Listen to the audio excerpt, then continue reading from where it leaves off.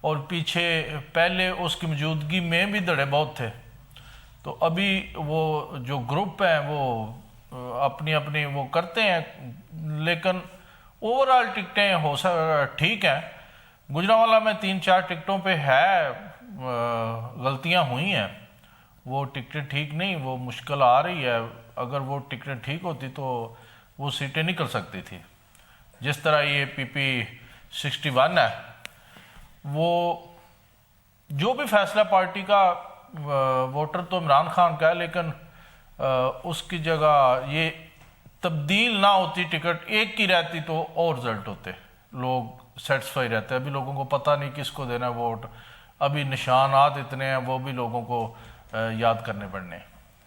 دارو صاحب یہ بتائیے کہ سابقہ PTI حکومت کے دوران بھی, اس سے پہلے نون لیگ کی حکومت رہی ہے 2-3 مرتبہ, لیکن جو گجرانوالہ کے ایشوز تھے, جو مین مسائل تھے یونیورسٹی کا, اس کے علاوہ ہماری موٹر وے لنک کا, یا اس طرح کے دیگر جو منصوبہ جات تھے, وہ انہوں نے کسی نے بھی کوئی توجہ نہیں دی. ابھی جو نگران پنجاب حکومت ہے, انہوں نے جو وزیر اعلیٰ پنجاب ہیں, انہوں نے گجرانوالہ کے لحاظ سے کافی کام کیا ہے. آپ کس طرح دیکھتے ہیں جو انہوں نے ہمارے اس وقت جو یہاں پہ موٹر وے لنک جو ہے وہ عنقریب شروع اپنا اس کا افتتاح ہونے جا رہا ہے, اس کے ساتھ ساتھ جو ہماری یونیورسٹی ہے وہ بھی اس کا سنگ بنیاد رکھا جا چکا ہے, آپ کس طرح دیکھتے ہیں؟ یہ تو لگتا تو ایسے ہے کہ جو سپیڈ ہمارے نگران وزیر اعلیٰ صاحب کی ہے وہ کسی الیکٹڈ وزیر اعلیٰ کی ہونی چاہیے تھی. لیکن آپ جعفر صاحب, یہ 3-4 ایسے گجرانوالہ کے منصوبے ہیں جو پٹ PTI کی گورنمنٹ میں ہوئے ہیں. چلڈرن اسپتال, یونیورسٹی اور یہ موٹر وے لنک, اس سے پہلے کسی پارٹی, سیاسی پارٹی کو, کسی کو یہ خیال نہیں آیا. لیکن یہ شروع ان کی بنیاد PTI گورنمنٹ میں ہوئی ہے, رکھی گئی ہے. لیکن وہ پارٹی میں آپ کو پتہ ہے جیسے کہ گجرانوالہ میں کوئی PTI کی سیٹ نہیں تھی, کوئی MNA MPA نہیں تھا, اس کی وجہ سے دڑے تھے ہر حلقے میں.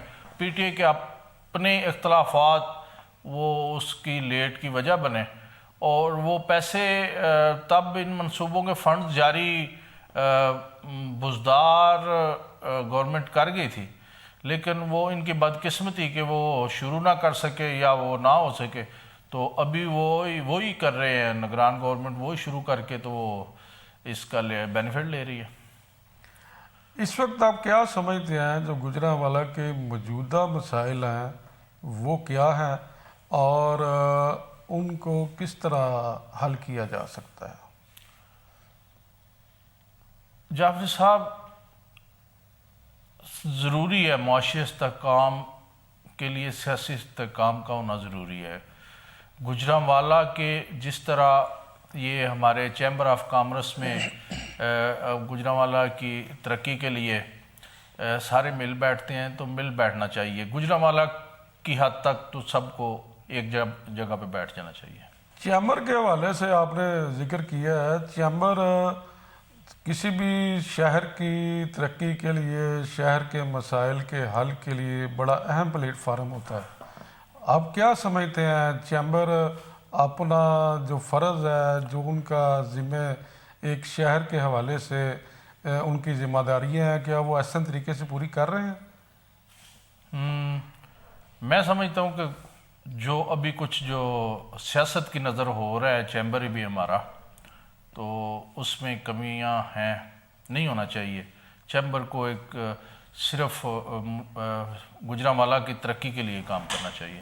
ادھر کوئی سیاسی جماعت کا کسی میں کوئی دڑا نہیں ہونا چاہیے, کوئی کسی سیاست کو نہ پروموٹ کرے چیمبر میں.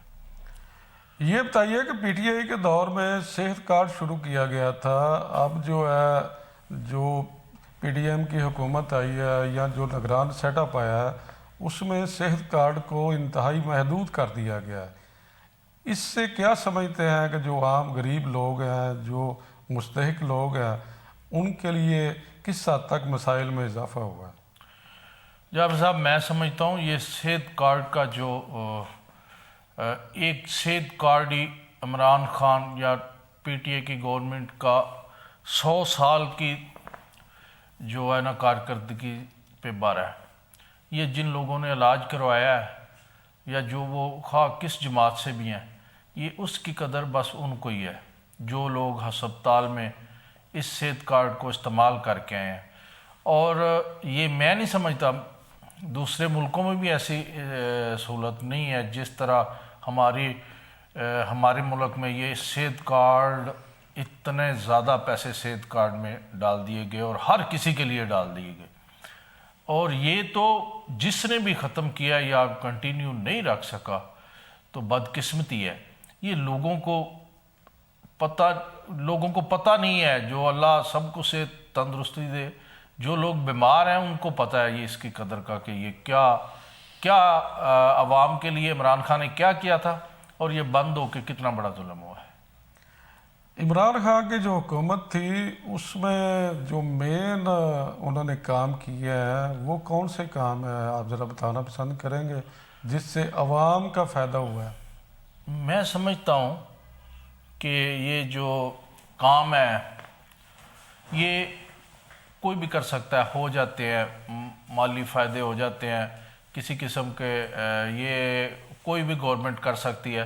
لیکن میں سمجھتا ہوں کہ عمران خان نے جو وقار بلند کیا ہے ہماری قوم کا، ہمارے ملک کا، جو اقوام متحدہ میں کھڑے ہو کے مذہب کو، پاکستان کو پہچان دی ہے اور اس قوم کو شعور دیا ہے اور اس قوم کو بتایا ہے کہ یہ چور اس روپ میں بھی ہوتے ہیں جن لوگوں کو نہیں تھا پتہ عوام کو. یہ ہر ادارے میں ہر سیاستدان جو ہر نئے الیکشن میں نیا لبادہ اوڑھ کے آ جاتے تھے عوام کو، ایک پی ڈی ایم 1.5 سال اکٹھی وزارتیں لیتی رہی اور جب گورنمنٹ ختم ہوئی دیکھو کیسے یہ نورہ کشتی شروع کی ہے. یہ عمران خان پہلے کہہ چکا تھا. یہ جو عوام کو شعور دیا ہے عمران خان، اس قوم کو جو شعور دیا ہے اور جو پاکستان کو پہچان دی ہے دوسرے ملکوں میں، وہ سب سے بڑا کارنامہ ہے عمران خان کا. اب کیا سمجھتے ہیں کہ گجرانوالہ سے اس الیکشن میں جو 8 فروری کو ہونے جا رہا ہے پی ٹی آئی کچھ سیٹ نکال لے گی؟ نون لیگ کا دعویٰ ہے کہ یہ ہمارا قلعہ ہے، پچھلے 2-3 الیکشن سے یہاں سے جیتے ہیں. یہ کوئی الیکشن نہیں ہے. وہ الیکشن کیا الیکشن ہو سکتا ہے جس کا رزلٹ پہلے ہی عوام کے سامنے ہو اور ہر بندے جس کے پاس جاؤ سوال کرو وہ کہتا ہے وہ الیکشن تو پیسے ضائع کر رہے ہیں. وہ الیکشن ہی کون سا جس کا رزلٹ ہی پہلے سب کے جانتے ہو یا لوگ سمجھتے ہو کہ اس کا یہ رزلٹ نکلنا، تو اس پہ کیا بات کی جائے. آپ کوئی میسیج دینا چاہیں گے 8 فروری کے حوالے سے؟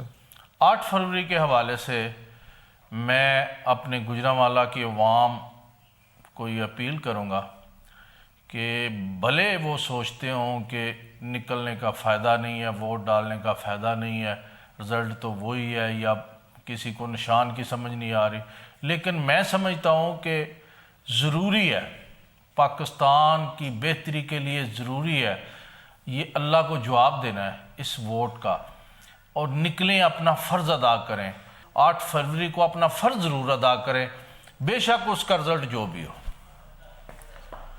جی ناظرین، آپ نے پروگرام دیکھا، انشاءاللہ تعالی آئندہ دوبارہ پھر حاضر ہوں گے. اللہ حافظ.